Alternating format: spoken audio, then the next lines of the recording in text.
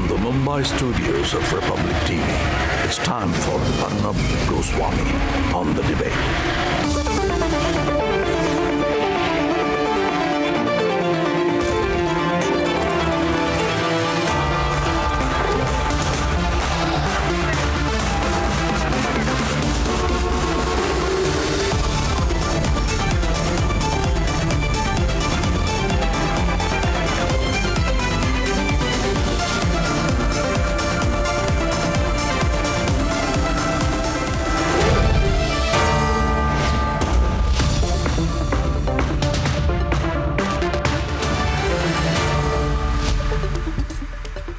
Good evening and welcome, dear viewers. Often, and I must say, in fact, very often when I travel, when I go out, when I meet some of you, I'm asked one question all the time, that on what basis do you decide your editorial line? And on what basis, or on the basis of which process do you decide which are the important issues to debate each evening? The answer actually to that is, in two of the debates that we've been having this week, the answer comes across in that. And these are the two debates I'm also taking up after 10 o'clock tonight. Let me explain.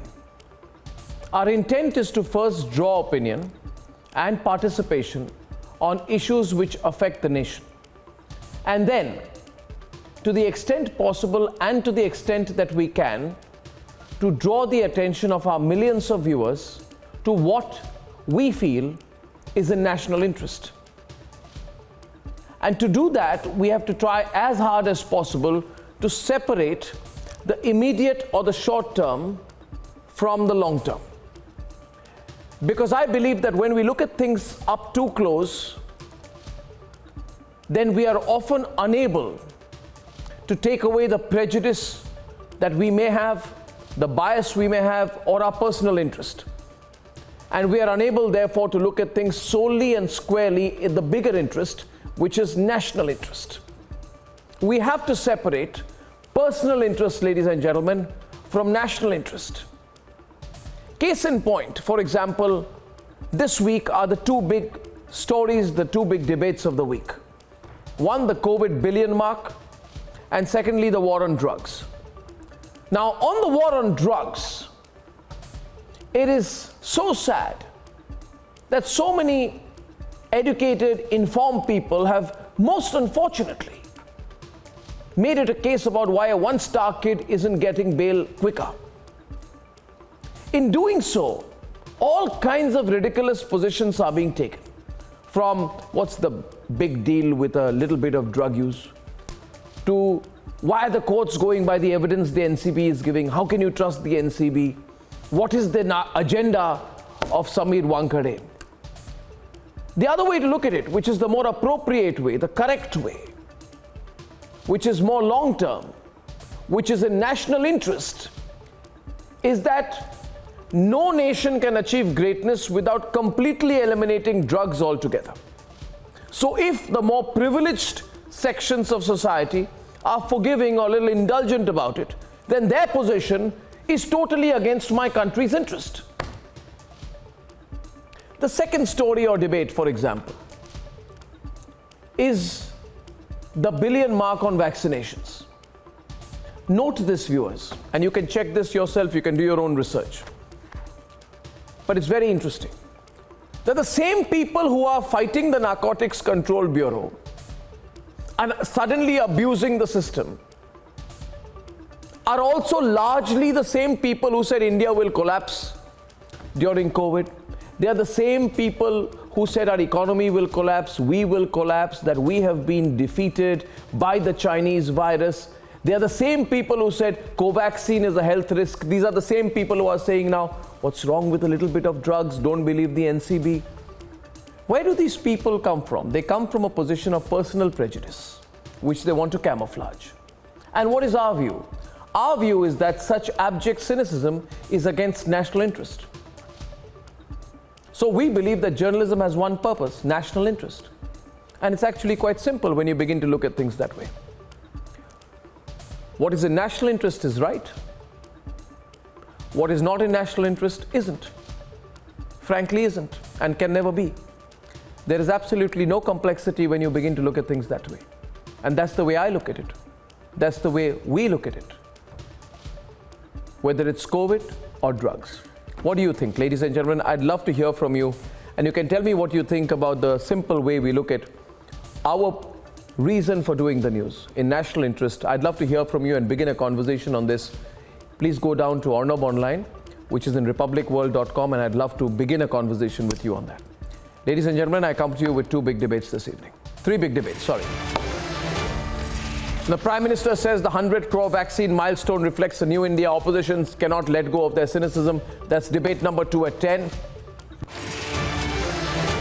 Yes, the NCB crackdown is getting bigger. There are more detained. Ananya Pandey has been summoned again. There can be no criticism of this massive cleanup. That's debate number 3. And debate number 1 this evening. The breaking news story, Pakistan is facing a massive financial nosedive after the FATF grey listing. We were breaking this last night. Can they refuse to act against terrorism now? I think they can't. I think we almost cornered them. That's debate number 1. And here are the headlines this Friday evening on the Debate Tonight. हमारे देश के लिए ये भी कहा जा रहा था कि यहाँ ज्यादातर लोग टीका लगवाने के लिए आएंगे ही नहीं, लेकिन भारत के लोगों ने 100 करोड़ वैक्सीन डोज लेकर ऐसे लोगों को निरुत्तर कर दिया। Prime Minister Modi slams vaccine critics, highlights the India story in the 100 crore milestone address this morning. Cynics reappear in minutes. They still have complaints about India's vaccination drive.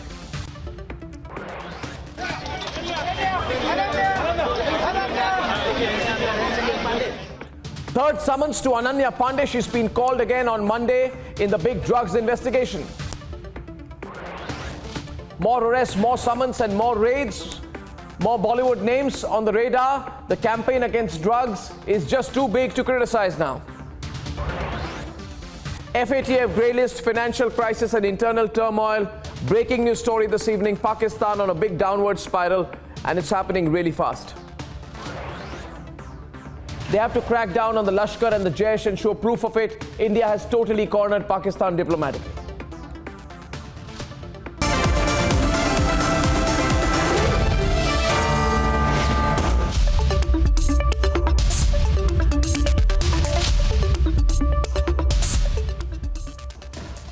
Ladies and gentlemen, crisis after crisis has hit Pakistan.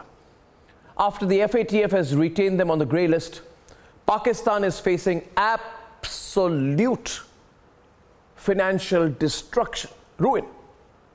There is no hope. Action on the terror groups they created, they fed, they bred is the only way out. They have to hand over Hafiz Saeed. They have to arrest him. They are in deep trouble.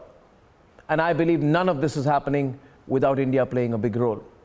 This is a reflection of our growing global clout. Here's just how devastated Imran Khan and Pakistan is, and then tonight, the big India-Pakistan debate. In a major win for India, Pakistan has been retained on the FATF grey list. Pakistan has taken a number of important steps, but needs to further demonstrate that investigations and prosecutions are being pursued against the senior leadership of UN-designated terror groups. All these changes are about helping authorities prevent terrorism, stop corruption, and prevent organized criminals from profiting from their crimes.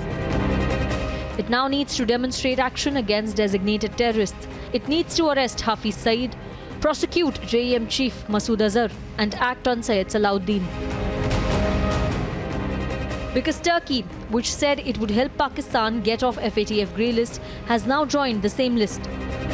It is crucial for Turkey to make sure that it effectively tackles money laundering and terrorist financing, serious organized crime and corruption. Inaction will mean a financial nosedive for Pakistan, whose economy has already lost $38 billion since being put on the grey list. But as the Pakistani rupee continues its record drop against the US dollar, this is the State Bank of Pakistan governor's solution. तो मेरे कहने की मुराद ये है कि हर चीज़ में हर policy मईशत की कुछ लोगों को फायदा होता है, कुछ लोगों को फायदा नहीं होता। With the fourth highest inflation rate in the world, Pakistani ministers have resorted to saying this. अगर 9% इन्फ्लेशन है, मैं 100 निवाले खाता हूं आटे के, तो अगर 9 निवाले कम खा लूं, तो अपनी कौम के लिए मैं 9 निवालों की कुर्बानी नहीं कर सकता। India is charging ahead. Any calculation that extremism, radicalization, violence and bigotry can be used to advance interests is a very short-sighted one. Such forces will come back to haunt those who nurture them. Pakistan has been warned. In a span of just 14 days, a war was successfully concluded and a sovereign nation, Bangladesh, was born with its liberation from Pakistan rule. Pakistan is cornered. Acting on terrorism is the only way Pakistan can save itself from ruin. It is an existential crisis now. Let's debate.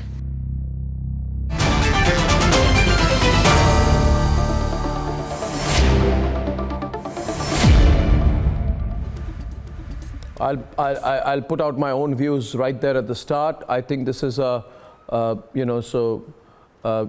no one accuses me of objectivity on this subject. I am not objective. I stand firmly with our country. And I believe this is truly, I would say, it's a fantastic opportunity. We have been pushing the phone lines. We have been exerting our clout. We just, my view is, Gaurav, we just need to do a little bit more. We need to just organize ourselves a little better globally, talk to the right groups, our friends, and we have anyway been successful in making sure that the Pakistanis stay on the FATF grey list. They're already badly off. Just a little bit of push and, they'll come in line. We just need to push them a bit. I think we should not stop the pressure. What do you think, Gaurav? I want to start with you. We just need to push them across a little bit. Economically, they're on the brink, but I think it requires, many people say, a 15 to 20% greater push on the Pakistanis, to make them see sense. What do you think, Gaurav? Absolutely, Arnab. I think what you're saying makes a lot of sense. We don't need to cut the tree. We just stop watering the tree. By being in the grey list, they've lost $38 billion. Because of other external and internal factors, their rupee against the dollar is crossing 173. And their entire economy is going south very fast. They have no exports, Arnab. And even to pay off interest, they need more loans. They're begging IMF for a $1 billion loan, which IMF is not giving them. China has pulled back its hand. China is not giving them any money. And all Imran Khan can do now is hope and pray. I think they're in a very, very bad position. Blacklisting is not the solution. I think they should continue on the grey list for a year or two. And that will sort out the entire problem. Now, we just need to wait and watch and organize ourselves better, as you said. I think, as I said, I always feel that there's an opportunity which emerges in these circumstances. Gaurav Bhatia is on the debate this evening, national spokesperson of the BJP, and I have with us Raja Faisal as well. Raja, please do join the debate. Now, you need the money. Simply put, Gaurav, they need the money. They need an immediate loan tranche of 1 billion from a 6 billion loan they got from the IMF. They've been asking for it. Now, they've been put under the grey list, which means that it results in economic sanctions from the IMF. Let's look at this objectively, right? Can I just... So this invites sanctions. So you continue to be sanctioned. May I come in now? Yeah, you continue to be sanctioned, and I just like you to understand the way we look at it. Yes, please, Gaurav. I think it's a great opportunity. Let's squeeze them a bit more. Arnab, Can I get Gaurav Bhatia in and then you come in, please? Raja, can I get Gaurav Bhatia in? No, you already had. Arnab, we had one of your speakers. Now I can't get your audio. What's the problem? Now give us a chance. Okay, we'll let you go. Okay, Raja comes in and then Gaurav responds. All right. No problem, Raja. No problem. Yes. Thank you very much. I mean, two of the Gauravs you're sending in, both of them together, just keep me in the middle. Very first thing I wanted to highlight here, there were out of 34 items of the FATF, Pakistan has already complied with the majority of them, the 30. And if we talk about, the terror financing, out of 27, Pakistan has fully complied with laundering one. Audio. Covered the four of them. Not getting. And what I believe, incoming. Not getting the right audio. Pakistan is already working on them. Not getting the audio. Working he's on back. them. He's back. And yes, Pakistan was facing problems, the economic problems. Yeah. The reason behind it was that Pakistan was facing, as the whole world was facing COVID, Pakistan was facing the same COVID, and during the COVID, the export and import, the imbalance was there. That's why majority of the world, they have problems. They have problems when it comes to coping with the economy. And let's not talk about only the economy. Let's talk about the security situation. Right now we talk about the economy. No. 1 minute. Just wait. Raja, a minute. When it comes to the security situation. Raja, may I please? Thank you. See, Gaurav will respond to you now. And मैं कहना चाहता हूँ हमें दोनों गौरवों पर बहुत गौरव है. We are very proud of them. Now the question is, Gaurav will explain to you the way we look at it. We are looking at it through a sharp economic lens. Okay? You need to understand your situation, and maybe Gaurav will explain to you. I'll just say one thing. We know this is hurting you, right? Being on the FATF grey list will hurt you. So don't be in denial about it. How much has it hurt you? I'll tell you, conservative number is $40 to $50 billion. Right? Now that number keeps rising. You keep plunging. There is no way out. Okay? That's how we look at it. Now you can do all your grandstanding, but that's the reality. Gaurav Bhatia will explain to you why this works out really badly for you, and I think we should give you a chance to fall in line. Yes, Gaurav.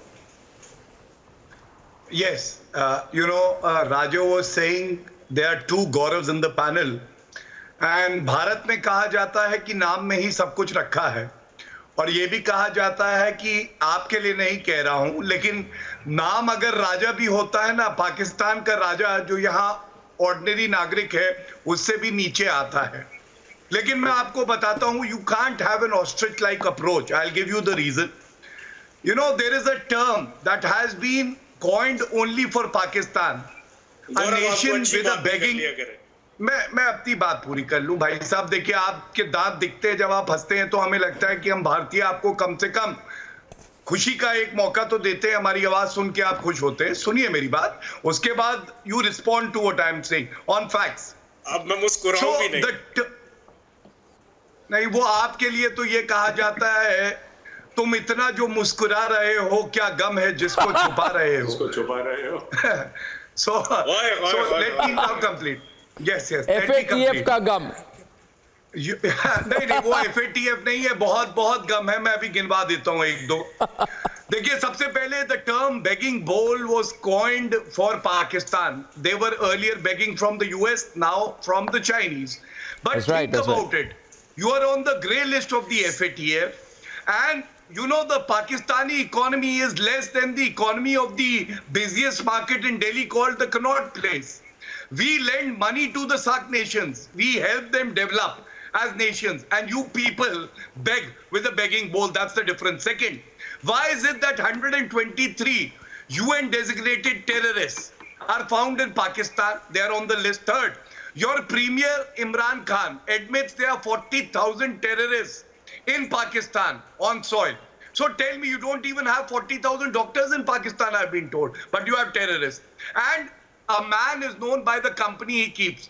Modi ji was with the US President Joe Biden ji, the premiers of Japan and Australia, and we were told Imran Khan Arnab was begging for a telephonic conversation with the US President. And that also was not accepted.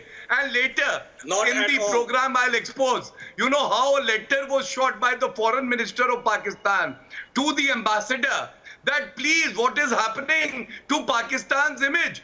The Prime Minister can't even have a telephonic conversation with the US President, and it is only because these people produce nothing but terrorists, and they have no shame left to introspect and at least have some place on the world map for their good deeds. So therefore, it is time for introspection. I'll not be harsh, but I will say, you were born one day before India, and look at where India has reached as the elder brother. The world respects us. Absolutely. Modi ji is a world leader, Yeah. and Imran Khan is nowhere. He's frizzed down. Let me. The clothes No, of course you will respond. If you allow me, I'll show of course you. of course you will respond, Raja. But to you will respond, and Munib hasn't spoken. Neither has Omar or Tahir Malik, and we want to be fair to all, including Sushant and Colonel Shailendra. Just one thing I want to tell you. See, this is not about us telling you and you're saying no anymore. You know, when 26/11 happened, you know, I had launched another TV channel and I anchored for almost 70 to 100 hours non-stop. We saw it happen before our eyes. And let me tell you, Indian foreign policy has not been the same since. Though that was a Congress government, the country decided to be tough. Now, I believe that we've now, 13 years have passed, 12 years have passed. We know your position, and I want to tell you one thing. We are going to pressurize you. We are not going to ask you to give Hafiz Saeed, to act against Jaish-e-Mohammed. We're not going to give you evidence because we know what you'll do with that. You don't give a damn. We are going to pressurize you in the way that it is good. And I'll give you one example, Raja. See, you will not be able to even leave alone food to eat. You can't build your roads. You have a national highway 55, right? To build the national highway, I'll give you one example. I've studied your economy. Or whatever the absence of it.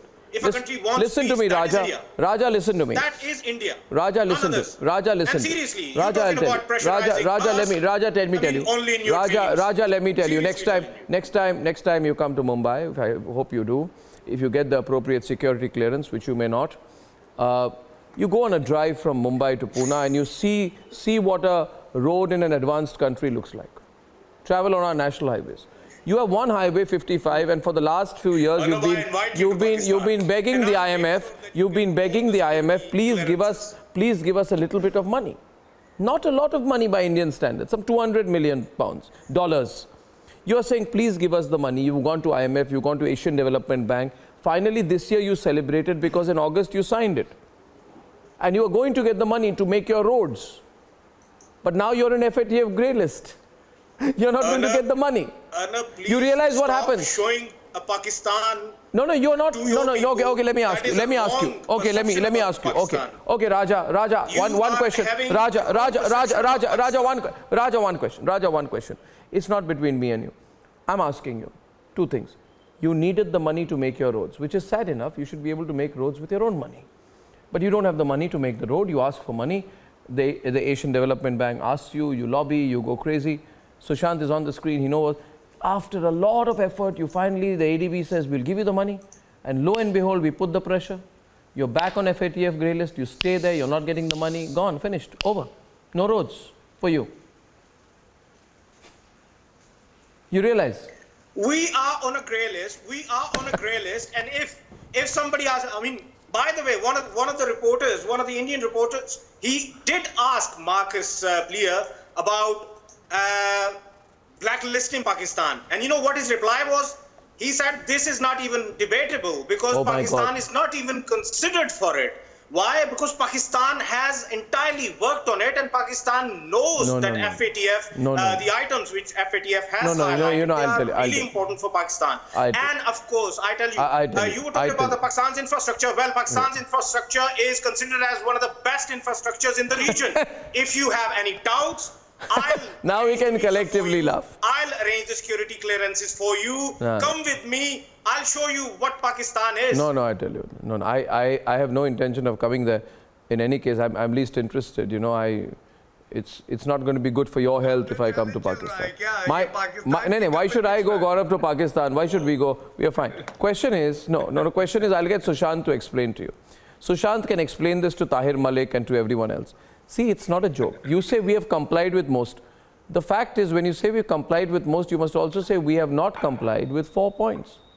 And what are those 4 points, Sushant? One of the biggest points is to act against terrorist groups, to act against proscribed individuals, to act against proscribed organizations. They haven't, and what we are saying to them is, listen, please do, you'll get your money. You don't, you're finished. There's no complexity here. Sushant, they're not getting the message of how bad the situation is. Maybe you can explain it with your usual elegance. Yes, please. No, Arnab, you're right. So I think the real sticking point is that they haven't really prosecuted the terrorists who have been designated by the United Nations. And while they have ostensibly taken the legislative and administrative measures which were recommended by the FATF, but the most critical points they have not delivered on. In fact, on one or two of them, they have actually regressed. So they were partially compliant last time, and this time they've been given the status of being non-compliant on some of these issues. So one is that, and that is a deal breaker. But I think what a lot of people seem to have ignored is something else which is hanging over their head. Which is what? And which is the report of the FATF on Afghanistan and insistence that the United Nations resolution on Afghanistan be followed by all the jurisdictions or all the countries which come under FATF. This is going to create major problems for Pakistan going forward because the Pakistanis are indulging in all sorts of illegal money transfers into Afghanistan, which is going to hanging like a sword on their head, and which sword is going to fall the day the powers that be of the world decide that they need to be penalized for non-delivery. So I think this is something a lot of people have glossed over on Afghanistan. The other thing which a lot of people seem to be glossing over right now is that the FATF, last time they added 6 more action points which these guys had to move on. They have moved on 1 or 2 of them or 3 of them, but they have not moved on the others. So those are still outstanding, and those are pretty onerous. So that is another factor which is going to come. And going forward, because of the Afghanistan factor and because of the ISIL factor, which again a report has been issued, and on this business of offshore companies, which the Pakistanis have suddenly been found almost 700 of them, including cronies of Imran Khan found with these kind of companies. All of this is going to come up in the next couple of meetings, and I think they will have a tough time delivering on this. So I don't think they're out of the woods. Marcus Player might have played it down on the blacklist, and even I don't think there was any danger of the blacklist just yet. But going forward, let's not rule it out. But staying on the grow list is not any better. It's terrible. Because you're right. It's terrible. According to conservative estimates, they've lost over $40 to $45 billion over the last 5 or 6 years. Correct. Because of the grey listing. And they are going to stay in the grey list for the foreseeable future. So they keep losing money. It's a high price. So point being, Mr. Malik and Munib and Omar, I'd like to give you time. Can you explain to us what your way out is? Let's take away all the braggadocio, all the posturing. Okay, we are a nuclear power, all that kind of rubbish. Let's go into the facts here. The fact of the matter is, Mr. Malik, you don't need to be a chartered accountant to understand that the country is a basket case of an economy. Your gross receipts from bilateral and multilateral lenders, from commercial banks, and I've been doing some research on this, and from issuance of Eurobonds, and also whatever you got from the IMF, will go up to 16 billion, which is the highest ever per annum loan. You cannot service this. So, please, can we not have on this debate, Mr. Malik, oh, we are fine, we're doing well, India is bad. Doesn't matter. Fact of the matter is, what's your way out? Your way out only, and I'm telling you this, your only way out is to fall in line and to act on terrorism. Now, what other way out do you have? Unless you have some miraculous economic recipe you want to share with us. What is your way out? We believe we've caught you. We believe we've got you. We believe in India, we believe you're cornered. You're really cornered. Now you tell me what's your way out. First of all, Arnab, I would like to thank you that you and your channel is taking a lot of care on to challenges and problems related to Pakistan. No problem. You're welcome. Very good neighborly gesture. Second aspect is that neither India is shining, and yes, we have a difficult economic situation in Pakistan due to COVID and due to other factors. But the state, despite all odds, will survive. And look at the Indian Reserve Bank's report. I think you need to share with your viewers that 2 years worth of GDP growth has been lost. This is your Indian State Bank. Both retail and wholesale inflation is trending up. This is Indian Reserve Bank report. Poor credit often in the commercial sector, inadequate spending by the government, the slow pace of vaccination and a possible third wave.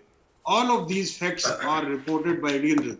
I'm sure that one Gaurav, my question to him was, thank you for your concern. My question is, I just wanted to ask you, what's your way out financially, please? How will Pakistan survive? Even Patel thought and Nehru thought that Pakistan would not be able to survive. During those days, Bapu, Mahatma Don't get emotional. Don't get emotional. Don't get emotional. Don't be emotional. Answer rationally. Don't get emotional in your response. It can survive in 2021. No, I'm sure you Pakistan, a newly created state in 1947, it can survive with the help of Mahatma Gandhi. And shot him for his love for Pakistan. Pakistan survived. Listen. I want to just show him the mirror, please, Arnab. Let me have Prime Minister Narendra Modi. And what to talk about the terrorist? You see, the man involved in Gujarat carnage. I give you Colonel Shailendra Singh is responding. Gaurav is responding. Gaurav. I'll get Gaurav in, and Gaurav. We have a very robust judiciary. Yeah. So you don't meddle with our internal affairs. Gaurav. Narendra Modi ji has led from the front. The world leaders respect him. But I want to tell you about your economy now. Sir, do you know the fastest growing economy about Pakistan's problem, which has shown V-shaped recovery? It is India. Just yesterday, the world's largest vaccination drive reached a milestone of 100 crore doses of vaccination. Where is Pakistan? Pakistan, Arnab, I must tell you that when Standard & Poor's and Moody's is improving our rating because of the credit worthiness that we enjoy, these very world agencies refuse to rate Pakistan because they do not have a grade under which they can actually report Pakistan. And their, right now situation is such. Just one day back, I read, Imran Khan is selling the gifts given to him from the other head of states. Earlier we saw they were selling donkeys to China. And we have seen how Imran Khan sold 70 cars. Yeah, he was the owner of the government cars because they did not even have the funds to pay the electricity bill of the Prime Minister house. They did. Such is the condition in Pakistan. And then they come here and they talk about comparing their country, which is in shambles, with India, which is a beacon of hope. See, I now want to cut the chase, and on this, see, Munib and Colonel Shailendra, I'm coming to the nub of the issue right now. I'm coming to the nub of the issue. I'm coming to the nub of the issue, the really critical issue. See, all this, we are also a great country and all. No, we've heard all that. It's okay. Now, move on. You've been told in very clear terms by the Financial Action Task Force that you have to demonstrate action. Now, Munib, you must understand, when all of these things happen, there is an Indian hand behind whatever is happening. Okay, first of all, we are influencing a lot of decisions, and I told you, in fact, you remember, I told Raja, when the Indo-US joint statement came out and it called for bringing the perpetrators of 26/11 attacks to justice, I said, listen, next is FATF. You're going to be in a financial problem. The pressure on you is going to grow. I told you then on that show that your rupee, Pakistani rupee is going to go to 200 by the dollar. You were laughing that day. I told you that day you should have understood. But you didn't understand. Now, Munib, hand over Hafiz Saeed, okay? He's been sentenced to be jailed in the Kot Lakhpat jail for 15 years.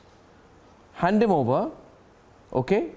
Or be ready to get destroyed. It's isn't it, Colonel Shailendra? It's simple. is does the FATF ask for? You have to show legitimate action. You got to hand him over. Okay? You're housing him in mansions. That's your choice.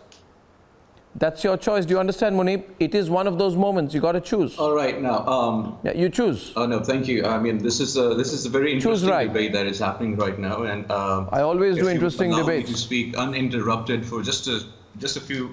And I never interrupt. 120 seconds, maybe uninterrupted debate, maybe here.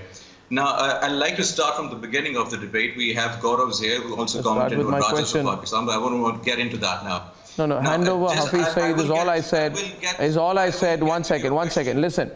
All I'm saying is, okay, Munib, I'll articulate the question. Listen. In Rawalpindi, there is a hospital. Okay? It's the army base hospital. Masood Azhar is given healthcare by you at that hospital. What I'm telling you is, Syed Salahuddin, Masood Azhar, Hafiz Saeed. If you want to comply to FATF, you have to hand them over, right? Hand them over. Let me respond. Arnab, I would like to make an interjection. Please let me respond. You're getting worked up. Don't get worked up. Calm down. Don't get worked up. I'm asking Munib. You remain calm for 2 minutes. Munib, hand them over. I've been patiently listening to you for the last 40 minutes and you haven't been making any sense. Please let me respond now. But I asked Munib, you won't let a fellow Pakistani speak? No, I would let him complete and then I can respond. But you need to conduct this debate in a civilized manner now. I am completely civilized. Speaking to you in a very civilized way. Yes, Munib. Munib, will you hand them over? That's what the FATF is asking for. Okay, go on. Everybody's getting worked up today. I don't know why. I'm going to comment on Hafiz Saeed already, and Hafiz Saeed is already aggressive now. Let me tell you about the FATF and Pakistan. No, I'm asking you about the handing over of your terrorist assets. That's all. Well, that isn't my decision to make, right? But it's your government's decision. And we have already completed all the action points that were in the FATF. No, you haven't. Otherwise, you would not have been in the grey list. The FATF has already increased. Now, look, the FATF is no more a neutral body. Come on, that doesn't matter. Your definition of neutrality. Pakistan. No. Right now. No, you can't. If we are speaking about terror financing, let's also speak about the terror financing of India. Oh, there you go. Man, this is the same old track. You're in the grey list of the FATF. We are not. I don't know why you're concerned about us or trying to draw equivalence between two things. It doesn't make any sense now, Colonel. No, I need to bring you. See, are we in the FATF grey list? No. Are you? Yes. So don't even draw equivalence here, Colonel. Obviously no, because you do carry great influence because India. Of course, we hold influence and we are right. Now, but also the ISIJ blew off India's $2 trillion money laundering and terror financing, which are also based on only 0.02% of more than. I don't understand you anymore. Now, Indian banks figure in over 2,000. Why don't you write a few fiction scripts for some American television producers? You'll help the Pakistani economy. My question is, Colonel Shailendra, I asked him. No, I'm being reasonable. Even if we do hand over Hafiz Saeed, the FATF is going to come up with new. No, not necessarily. Not necessarily. Will it, Colonel Shailendra? You hand them over. There are 12 designated terrorist groups in your country, 12 groups designated as FTOs, foreign terrorist organizations, including Lashkar-e-Toiba and Jaish-e-Mohammed. You want to make your country starve? You will starve. Mark my words. You will starve. We're not going to starve. You will starve. Okay, fine. You watch what happens. Okay, Colonel Shailendra. Definitely, yes, yeah. Let me put it correctly. Let me put it correctly once. For once, let me put it correctly. Yeah. I can only tell you, Raja Faisal, the Veer Rajput of Pakistan. Raja Faisal. I'm very happy with you that you accepted openly that yes, there has been deficiencies in your compliance. Yes, I'm very happy with that. He accepted. But I'm not at all happy with you when you say it is because of COVID that your economic crisis has come. I'm only requesting all the panelists from our guest from Pakistan. Yeah. You don't have to you don't have to start evaluating Indian economy. Yeah, we are talking about FATF, we are talking about Pakistan. Terrorism. Actually, अब पता है क्या stage क्या आ गई है? Stage ये आ गई है, आजकल की जो नई सेइंग है, जो दूसरों के गिरकर चोट खाने से सीखे, उसका नाम है भारत. जो खुद गिरकर चोट खाकर सीखे, उसका नाम है USA. लेकिन जो बार बार चोट खाकर भी ना सीखे, वो अनफॉर्चुनेटली आजकल है पाकिस्तान. आई डोंट नो, ये 12 ऑर्गेनाइजेशन है, 2 टेररिस्ट लीडर हैं, 5 हैं. ओ भाई, या तो इन्हें निशाने पाकिस्तान की उपाधि दे दीजिए, so that it gets acknowledged that they are bringing you make so it much official. of pride. Yeah, give Dawood Ibrahim Nishane Pakistan. Otherwise, it was so simple just to prosecute them. That is all. That is all the world is asking. Or hand them to us, we'll prosecute them. You will save billions of dollars. Or hand them to us, we'll prosecute them. Oh, no, that we can help you because you don't have the guts. If at all there is some apprehension and problem on guts, we will help you out. We'll help you out, exactly. You don't have to do Omar anything. You just pick up a phone. No. I want Omar to respond. Otherwise, Omar is looking so angry that I think he's just going to burst. Omar, first of all, calm down. You know, don't take it badly. Don't be emotional about it. Whatever your country is going through, I can empathize. I've given you a way out. You comply. You fall in line. Okay, Omar? You fall in line. You've got hand over Dawood Ibrahim to be prosecuted in India, right? Stop housing these terrorists at large. Okay? Go back after this and see what the US Congressional Service talks about your base of operations for terrorist groups. Study, eradicate them, dismantle them. You'll be fine. In 20, 30 years, you'll be okay. Omar wants to say something, Gaurav, otherwise he's going to explode. Yes, please don't interrupt me. Please don't interrupt me and let me make my point. Answer the question about the state of your economy. Your state of the economy does not allow you the luxury of continuing to harness terrorists. Do you understand what I'm saying to you? Yes. Yes. Now just please. And answer my question. Don't go left or right. Hear me out. Please be quiet and hear me out now. Arnab, are you aware of the number of Indian soldiers killed last week in Poonch? There he goes. I think Gaurav, give him a fitting reply. Gaurav, give him a fitting reply, Gaurav. Are you unaware? Gaurav and Shailendra will give you a fitting reply. This man is... Where are you? Gaurav Arya and Colonel Shailendra Singh. Gaurav Arya and Colonel Shailendra Singh. You know, we have... No, what's it, Gaurav? I fail to understand. I just want to tell something to Omar Altaf. Hey, Omar Altaf, ko main baat bolu. Lost the count. And then that amounts to that you want to acknowledge. Gaurav and Omar. Sir, Kashmiri freedom fighters have absolutely dislodged Okay. Omar Altaf, okay. Omar Altaf, listen to me. You are saying Omar Altaf, सुनो मेरी बात सुनो. मेरी बात सुनो. Omar Altaf, listen to me. You said, Omar Altaf, you have said that Indian Army soldiers have died in anti-terror operations, right? Anti-terror operations, Indian Army. I want to ask you something. Omar, are you just going to be stupid and keep on talking, or are you going to listen? Or are you just going to talk? Are you just going to talk? And you are celebrating Pakistan. Arnab, I can't hear what he's saying. First, he must control himself because I'm getting increasingly worried. No, 1 minute. Gaurav, I'm becoming. No, 1 minute, Gaurav. I go back to Gaurav Bhatia and Raja Faisal. Omar, you got to take care of yourself, man. You're not looking good to me tonight. I mean, I'm getting concerned about your state of health. I know about the health of your economy, but take care of your. Gaurav wants to make a point here. Yes, let's go see this. Yes, please. You know, we are proud of the fact that these soldiers laid down their life and made the supreme sacrifice for the country. And we gave them full state honors, not like Pakistan that you refuse to even accept the bodies of these soldiers who gave their lives for Pakistan and for the cause of terrorism that you promote. Second, I want to say, Arnab, again and again, the point was that Hafiz Syed should be handed over to India. Do you know the might of Hafiz Syed in Pakistan? Any day he can hand over Imran Khan to the Talibani group. How can they hand over Hafiz Syed? I want to tell the Pakistani panelists who registered the political party of Hafiz Syed.